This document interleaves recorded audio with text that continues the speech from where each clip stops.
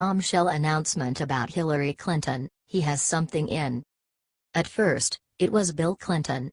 When we found out how gravely he treats ladies and what an unpleasant man he is, we thought he is the worst from the Clinton family.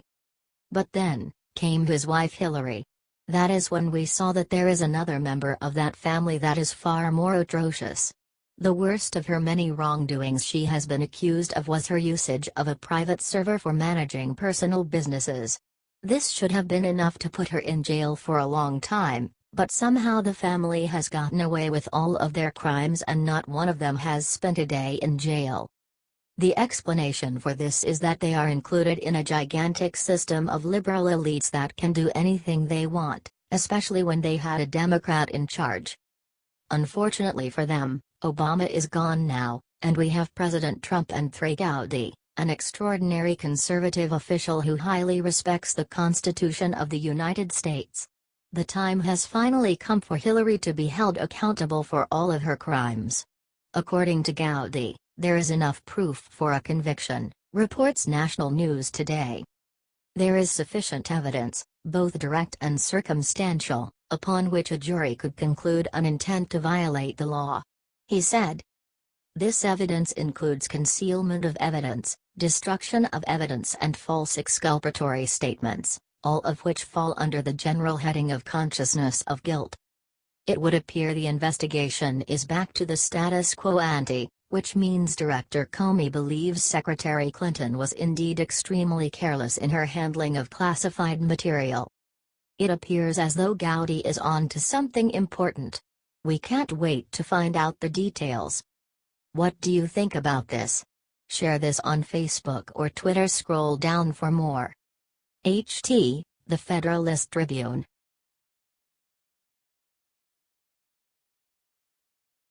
Alert: Soros committing disturbing move in Phoenix during Trump's rally. Billionaire psycho and globalist George Soros has been responsible violent insurrections all across the world.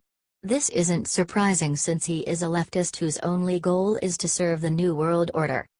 President Trump scheduled a rally in Phoenix, Arizona for Tuesday night, and of course his supporters can't ever just be safe. Advertisement. Protesters are expected to show up in force, backed by a group of progressive donors like Soros. These are the Antifa and BLM terrorists who attack innocent people because they have a differing view.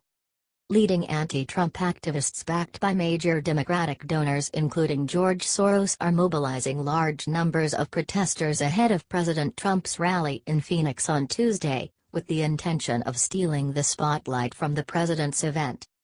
Local leaders of Indivisible, one of many resistance terrorist groups created as a direct response to Trump's election, are hiring thousands of protesters who operated as part of the coalition of left-wing groups ahead of Tuesday's event. Advertisement. On top of the mass protests, the left wants their protesters to purchase tickets to stop the rally from inside. They are doing their best to silence Trump and his supporters. It's embarrassing. Phoenix Police Chief Jerry Williams said earlier this week that police would be at maximum staffing during the visit. Protesting Trump at every event will only make people flock to him in 2020 like they did in 2016. That goes double if the protests become violent, as is often the case when liberals are leading the charge. The best part of all this is that we all get a glimpse into the liberal lunacy again, and it drives the chances of the Democrats gaining the majority in Congress anytime soon down further and further. What do you think about this? Should Trump make sure that it is exposed that people act like this?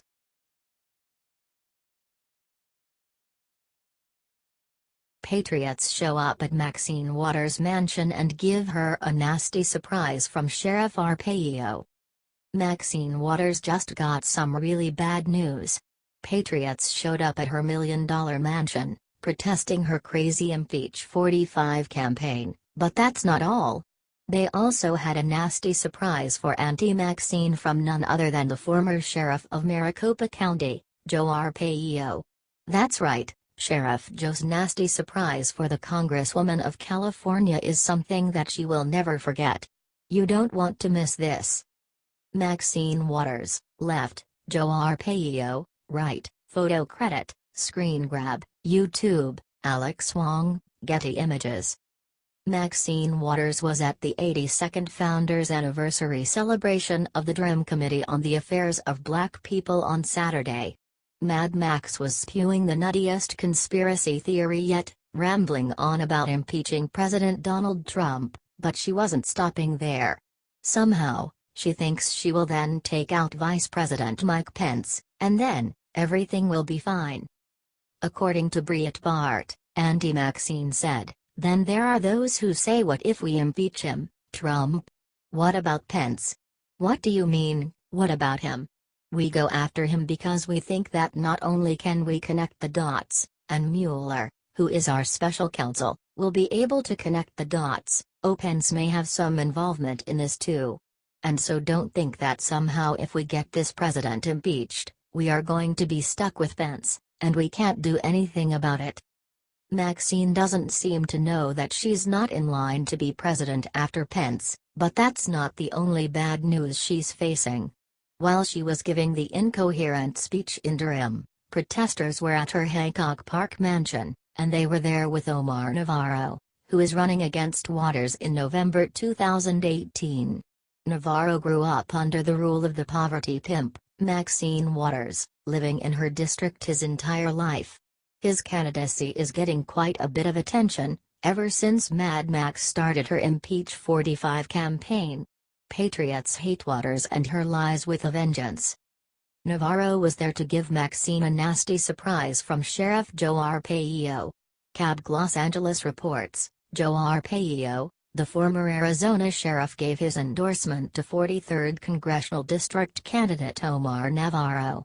CABG, a leftist news source, of course, implied Arpaio was racist, which makes no sense since Navarro himself is Hispanic. How is he a racist? How is he all these things that they're saying he is? He's not that.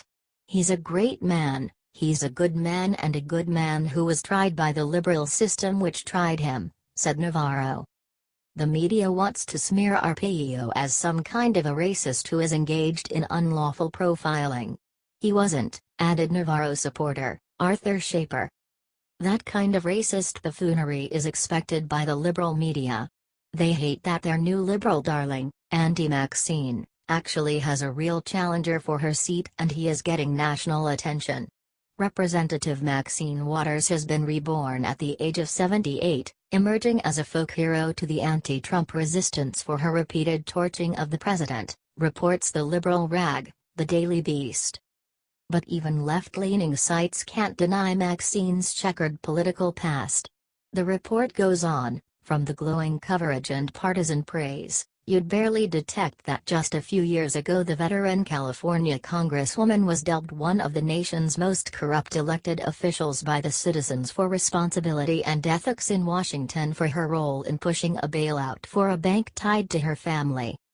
The bank in question was actually tied to Maxine's husband, and if that's not bad enough, what has she ever done to help own constituents? Not a damn thing. The 43rd District is infested with gangs, and Mad Max has protected gang members in the past. After the LA riots in 1992, Waters openly supported and partied with the thugs who pummeled truck driver Reginald Denny with bricks. She's a real piece of work, and those who live in her district are tired of living in a crime-ridden area.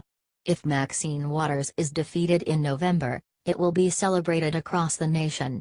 With patriots like Sheriff Joe at his side, we are sure Navarro has a real chance to take the poverty pimp down for good. Please share the story and tell us what you think by clicking one of the buttons below. We want to hear your voice.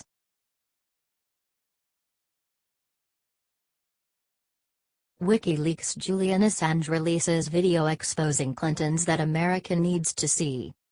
Leader of WikiLeaks Julian Assange is sharing some facts about Hillary Clinton once again. Clearly we already know Hillary is corrupt, but this may take the cake. In the interview below, Assange discusses how one email in all of Hillary's emails stand out above the rest. He shares that all serious analysts know, And even the US government has agreed that some Saudi figures have been supporting ISIS and funding ISIS, but the dodge has always been that it is some rogue princes using their oil money to do whatever they like, but actually the government disapproves. However, this Hillary Clinton email says that it has not just a rogue prince, but the actual governments of Saudi Arabia and Qatar. When asked more details about the relations between Hillary and these governments, Assange shares a startling discovery. These governments are funding the Clinton Foundation, buying arms from the US and funding ISIS and ISIL. He shares under Hillary Clinton, and the Clinton emails reveal a significant discussion of it. The biggest ever arms deal in the world was made with Saudi Arabia, more than $80 billion. During her tenure, the total arms exports from the US doubled in dollar value. She's even more wrapped up in criminal activities than we originally thought, and using the US to arm the enemy. Watch the video below.